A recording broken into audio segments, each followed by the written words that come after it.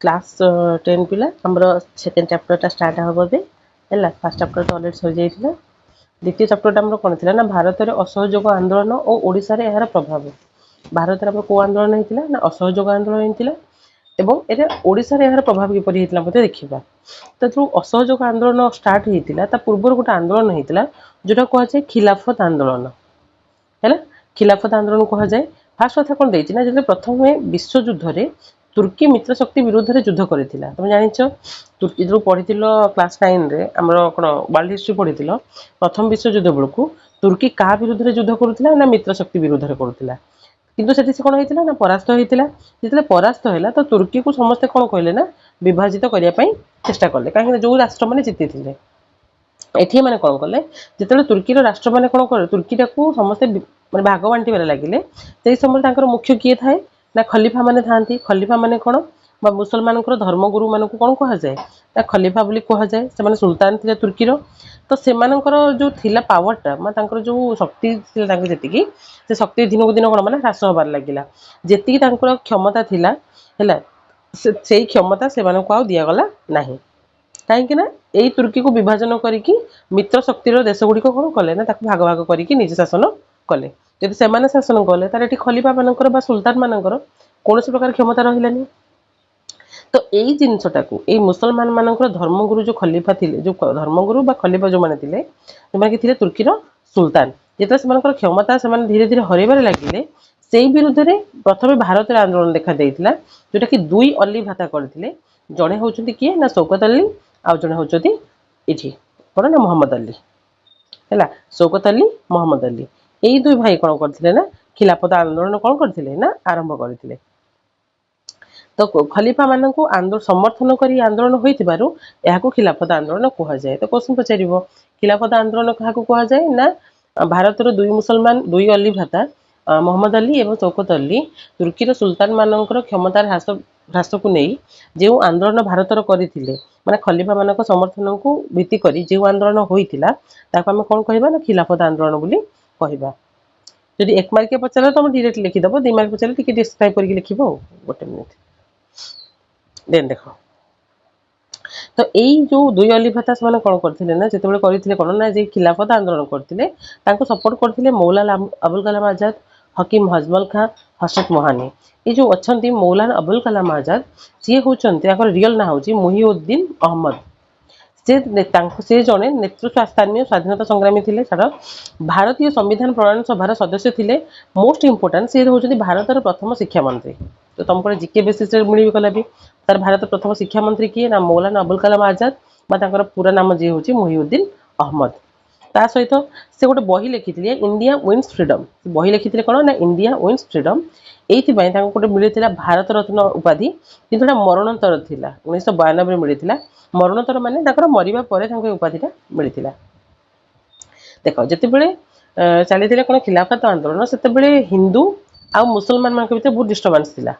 तो यहीटा गोटे चांस थिला कोटा ना खिलाफत आंदोलन महात्मा गांधी आपको गोटे कौन कले ना खिलाफत आंदोलन को समर्थन करते महात्मा गांधी और मुसलमान को एकत्र करने सहित हिंदू मुस्लिम को देख एकत्र करने कौन कले ना ये खिलाफत आंदोलन कौन कले ना समर्थन कले तो 1919 नवेम्बर गांधीजी निखिल भारत खिलाफत सम्मेलन सभापति होते केबे होते ना 1919 नवेम्बर रे किए होते ना गांधीजी होते कौन होते ना निखिल भारत खिलाफत आंदोलन सभापति भाव निर्वाचित हेले तुर्कीर सुल्तान को अधीन में यथेष्ट अंचल विशेषकर मुसलमान मानकर पवित्र स्थान गुड़िक न रखिले सरकार को वर्जन और असहयोग करने सम्मेलन निष्पत्ति निगला किंतु जिनसा एक्चुअली उल्टा हम एत धमक देला परे मध्य से विश्वयुद्ध पर तुर्की उपर सब को चुक्ति हिसाब से सेभर चुक्ति हिसाब से कौन कले ना सुल्तान जो अधिकृत अनेक अंचल से सब काढ़ी निगला गांधीजी परामर्श क्रमे निखिल भारत खिलाफत कमिटी असहयोग कार्यक्रम ग्रहण कर आंदोलन आरंभ कला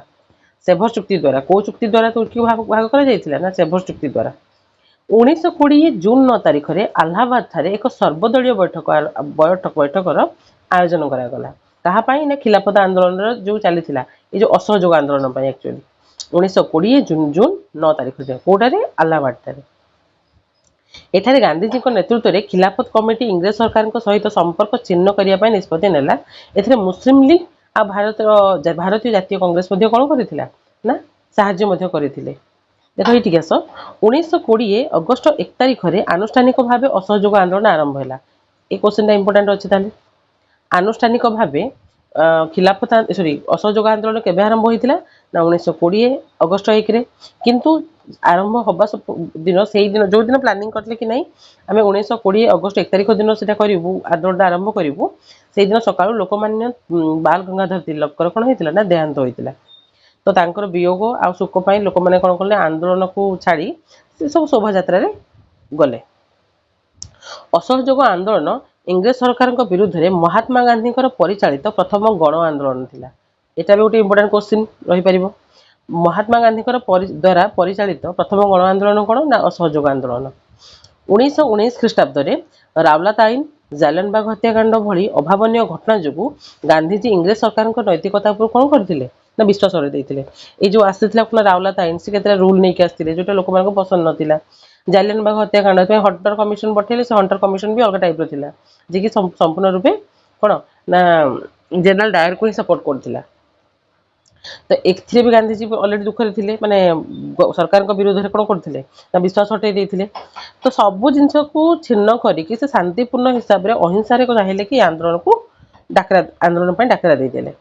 1919 ଯୋଉ ତ୍ରୁଟି ଥିଲା, ଅମୃତସର ଯୋଉ ଘଟଣା, ତଦନ୍ତ ପାଇଁ ଯୋଉ ଆସିଥିଲା ନିଯୁକ୍ତି ହଣ୍ଟର କମିଟି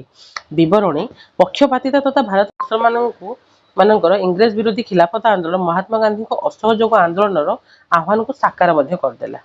ଦେଖ କେତେ କାରଣ ଅଛି। ଗୋଟେ ହଉଛି ରାୱଲାତ ଆଇନ, ଗୋଟେ ହଉଛି 1919 ମସିହା ଯୋଉ ଆଇନଟା ଆସିଲା, ମାନେ 1919 ଯୋଉ ଜାଲିଆନବାଗ ହତ୍ୟାକାଣ୍ଡ, ହଣ୍ଟର କମିଶନକୁ ନେଇକି ପଠେଇଥିଲେ ହେଲା। ଏପଟେ ଖିଲାଫତ ଆନ୍ଦୋଳନ, କେତେ ସାରା ରିଜନ ନେଇକି ସେ କଣ କରିଥିଲେ ଅସହଯୋଗ ଆନ୍ଦୋଳନ କଲେ ହେଲା। ଦେନ୍ ଦେଖ ଭାରତ ଶାସନ ଆଇନ, ଏଇ ଯୋଉ 1919 ଆକ୍ଚୁଆଲି ତ୍ରୁଟି ଗୁଡା ସବୁ କଣ କଣ ଥିଲା। ଏଇ ଭାରତ ଶାସନ ଆଇନ 1919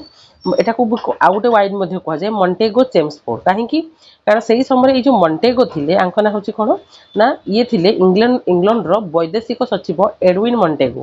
ଆଉ ଏ ଚେମ୍ସଫୋର୍ଡ ଯିଏ ଥିଲେ, ଇଏ ଭାରତର ଭାଇସରୟ ଥିଲେ ଲର୍ଡ ଚେମ୍ସଫୋର୍ଡ।